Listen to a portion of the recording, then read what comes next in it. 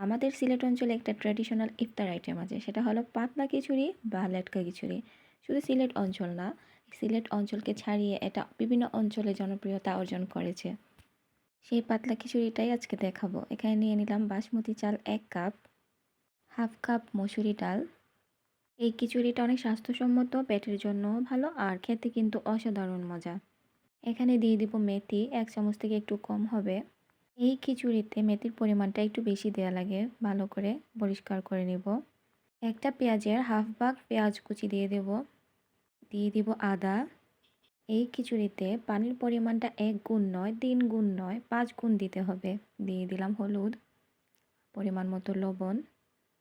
সবগুলো উপকরণকে একটু ভালো করে মিক্স করে নিব। দিয়ে দিব তেজপাতা। হাফ অ্যান আওয়ার সময় নিয়ে আমি কুক করে নিব। হাফ অ্যান আওয়ার পরে এই হলো আমার খিচুড়ির অবস্থা। একটা হ্যান্ড ব্লেন্ডারের সাহায্যে আমি আধা ভাঙ্গা করে নিব। পরিমাণ মতো তেল পেঁয়াজ কুচি দিয়ে পেঁয়াজ কুচিটাকে বাদামি করে ভালো করে ভেজে দিয়ে দিব খিচুড়ির মধ্যে।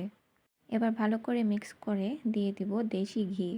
আমি এখানে কোনো ধনিয়া পাতা ব্যবহার করিনি, আমি সম্পূর্ণভাবে ট্র্যাডিশনাল ওয়েতে পাতলা খিচুড়িটা করে দেখালাম।